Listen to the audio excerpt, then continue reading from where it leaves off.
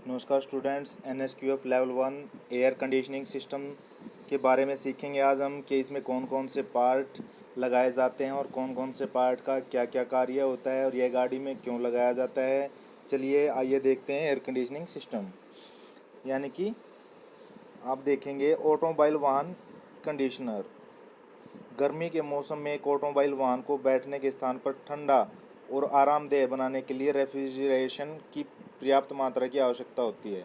कि भाई हम जब गर्मियों के अंदर या मौसम जब काफ़ी गर्म होता है या गर्म स्थल पर जैसे राजस्थान वगैरह में हम गाड़ी को चलाते हैं तो गाड़ी को ठंडा रखने के लिए और उसको आरामदायक बनाने के लिए हम क्या करते हैं, एयर कंडीशनिंग का इस्तेमाल करते हैं। इस प्रकार ठंड के मौसम में बाहर निकलते समय वाहन में यात्रियों को आरामदेह तापमान देने के लिए गर्मी लाने की ज़रूरत होगी। आधुनिक समय में ऑटोमोबाइल वाहनों में वाहन के अंदर उचित नियंत्रण तापमान और नमी बनाए रखने के लिए एयर कंडीशनिंग यूनिट होती है। तो यहाँ पर भाई ये कह रहा है कि जो है एक जो नॉर्मल टेम्परेचर बनाए रखने के लिए किसकी ज़रूरत होती है, एयर कंडीशनिंग की। एयर कंडीशनर रेफ्रिजरेशन की मशीन होती है जिसके लिए बिजली की ज़रूरत होती है। ऑटोमोबाइल वाहन में एयर कंडीशनर बैटरी से एनर्जी लेता है। इस बैटरी को इंजन की एनर्जी से चार्ज किया जाता है। तो भाई यहाँ पर यह बैटरी के द्वारा क्या करता है, एनर्जी को लेता है और यह किससे चलता है, बिजली से चलता है। तो आपको यह क्वेश्चन भी याद रखना है कि भाई एयर कंडीशनर किससे चलता है, बिजली से चलता है। और यह किसकी कहाँ से पावर लेता है, बैटरी से। गर्म करने के लिए इंजन के कूलिंग सिस्टम से गर्म पानी उपयोग किया जाता है। ऑटोमोबाइल को गर्म करने के लिए आवश्यक तापमान और हीटिंग कॉइल के जरिए गर्म पानी को चला कर दिया जाता है। तो भाई जो अपना आपने देखा होगा कि ऑटोमोबाइल के अंदर अपना जो कूलिंग सिस्टम हम इस्तेमाल करते हैं, जैसे रेडिएटर है, और रेडिएटर में पानी कहाँ से आता है, जो अपना इंजन जो चल रहा होता है उसके चारों तरफ वाटर जैकेट होती है। तो वो क्या करता है, उसके वाटर जैकेट में जो गर्म पानी होता है वो गर्म किस लिए हो जाता है, वह इंजन से गर्मी को सोखता है। और यहाँ पर उसको क्या करते हैं, हीटिंग कॉइल के ज़रिए, वो हीटिंग कॉइल जो है इसके साथ लगा दी जाती हैं और वहाँ पर एक फ़ैन लगाया जाता है जो हीटिंग कॉइल से गर्मी को लेकर के हवा के ज़रिए कैबिन में भेजता है, जिससे क्या होता है, गाड़ी के अंदर गर्म तापमान बनाया जाता है। अब आगे देखते हैं। एयर कंडीशनिंग तापमान के स्तर पर नियंत्रित करने के साथ हवा को साफ करने का भी कार्य करता है। और यह क्या करता है भाई, हवा को ठंडा या गर्म नहीं करता बल्कि हवा को साफ करने का भी कार्य करता है, ताकि उसके अंदर जो डर्ट कीटाणु वगैरह हैं उनको साफ कर देता है। गर्मी के दिनों में एयर कंडीशनर चलाने पर वाहन के अंदर हवा की नमी कम होती है। इसके परिणाम स्वरूप ऑटोमोबाइल के अंदर आरामदेह स्थिति बनती है। कार का एयर कंडीशनर इसके अंदर पहले से लगा होता है और इसे अलग से कार में लगाया जाता है। कि भाई ये जब हम गाड़ी खरीदते हैं, कईयों में तो ये पहले ही लगा होता है, लेकिन कई क्या करते हैं, बाद में भी लगवा सकते हैं। तो अब इसके पार्ट देखते हैं। ऑटोमोबाइल वाहन एयर कंडीशनिंग प्रणाली के विभिन्न हिस्से। तो भाई इसके कौन कौन से पार्ट हैं, हम उनको देखेंगे। पहला है कंप्रेसर, दूसरा मैग्नेटिक क्लच, तीसरा कंडेंसर, चौथा है रिजर्व ड्राइव या dehydrator, expansion valve, evaporator, suction throttle valve. ये क्या है, इसके एसी के जो है विभिन्न पार्ट हैं, हिस्से हैं, पुर्जे हैं। आपको ये याद रख लेना है क्योंकि फाइनल एग्जाम्स में आपका क्वेश्चन बन के आएगा कि एयर कंडीशनिंग में इस्तेमाल किए जाने वाले विभिन्न हिस्सों के नाम बताओ। तो आपको ये सभी नाम याद कर लेने हैं और क्वेश्चन बनाकर लिख लेना है। चलिए हम आपको इसे एक वीडियो के जरिए क्लियर कर देते हैं कि एयर कंडीशनिंग कैसे कैसे काम करता है। नमस्कार दोस्तों, स्वागत है आपका द ऑटोमोटिव्स में। और आज हम बात करेंगे कि कार एसी कैसे काम करता है।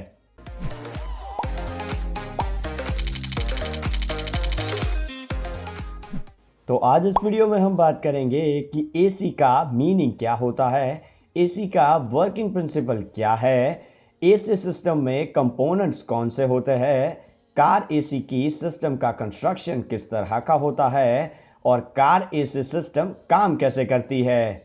तो शुरुआत करते हैं मीनिंग से। तो एसी का मतलब होता है एयर कंडीशनिंग सिस्टम, जो कि एयर की ह्यूमिडिटी, टेम्परेचर, क्लीनिंग और सर्कुलेशन को कंट्रोल करता है। हालांकि पूरी एयर कंडीशनिंग सिस्टम में कूलिंग, हीटिंग, क्लीनिंग और डी ह्यूमिडिफिकेशन भी होता है। आज हम बात करेंगे कूलिंग फंक्शन के बारे में। हीटिंग और डीह्यूमिडिफिकेशन के लिए वीडियो का पार्ट 2 देखना ना भूले। अब आता है प्रिंसिपल के ऊपर। तो नॉर्मल कंडीशन में हीट हाई टेम्परेचर से लो टेम्परेचर साइड फ्लो होती है जब तक कि दोनों साइड के टेम्परेचर सेम ना हो जाए। अब अगर ऐसे सिस्टम लगाई जाती है तो वो उसका बिल्कुल उल्टा करती है, यानी कि लो टेम्परेचर वाली साइड से हीट को हाई टेम्परेचर वाली साइड भेजती है ताकि एक स्पेसिफिक साइड का टेम्परेचर लो बना रहे। अब बात करते हैं कंपोनेंट्स की। तो सबसे पहले आता है कंप्रेसर, जो कि इंजन से ड्राइव लेता है और रेफ्रिजरेंट को कंप्रेस करने का काम करता है।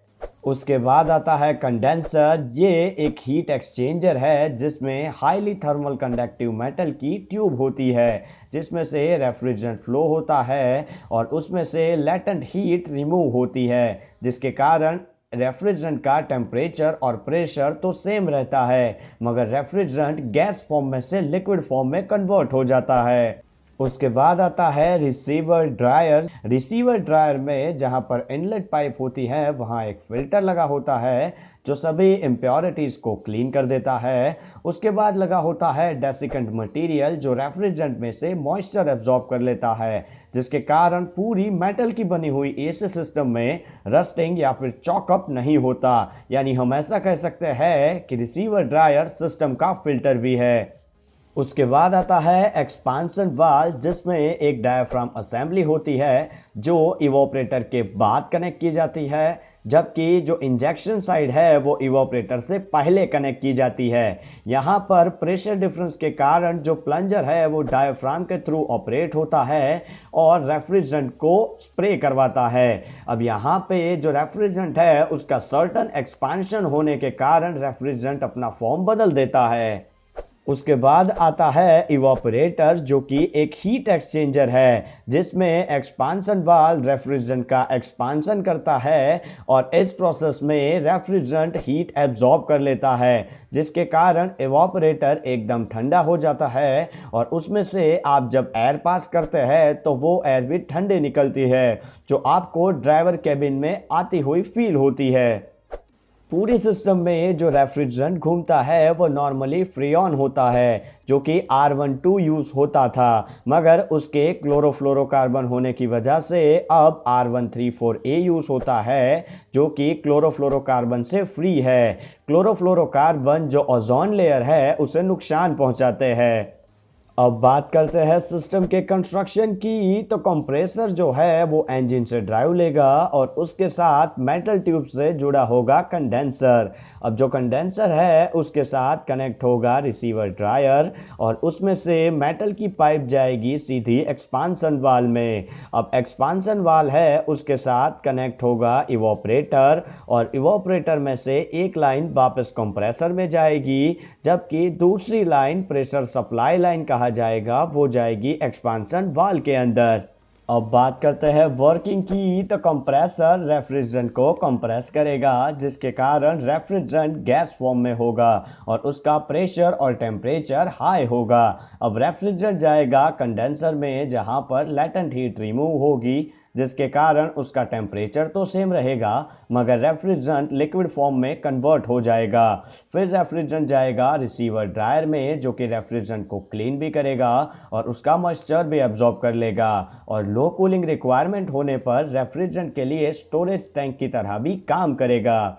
फिर रेफ्रिजरेंट आगे जाएगा एक्सपांसन वाल्व में और प्रेशर डिफरेंस होने के कारण एक्सपांसन वाल्व रेफ्रिजरेंट को इवोपरेटर की साइड स्प्रे करेगा। नॉर्मली जो एक्सपांसन वाल्व है वो इवोपरेटर के ऊपर ही माउंट किया जाता है, यानी कि एक्सपांसन वाल्व जो रेफ्रिजरेंट है उसे इवोपरेटर में स्प्रे करेगा, जिसके कारण रेफ्रिजरेंट वापस गैसियस फॉर्म में कन्वर्ट हो जाएगा और इस प्रोसेस के अंदर जो इवोपरेटर है वो पूरा ठंडा हो जाएगा और उसके ऊपर से जब ब्लोअर मोटर के फैन है वो हवा पास करेंगे तो वो हवा ठंडी होगी, जो आपको एसी कंपार्टमेंट में फील होती है। इसी तरह एसी सिस्टम ड्राइवर कंपार्टमेंट की जो हीट है उसे रिमूव करेगा, जिसके कारण ड्राइवर कंपार्टमेंट का सर्टेन टेम्परेचर बना रहे। तो दोस्तों आज के लिए बस इतना ही। अगर आपको वीडियो पसंद आया हो तो लाइक कीजिए, शेयर कीजिए और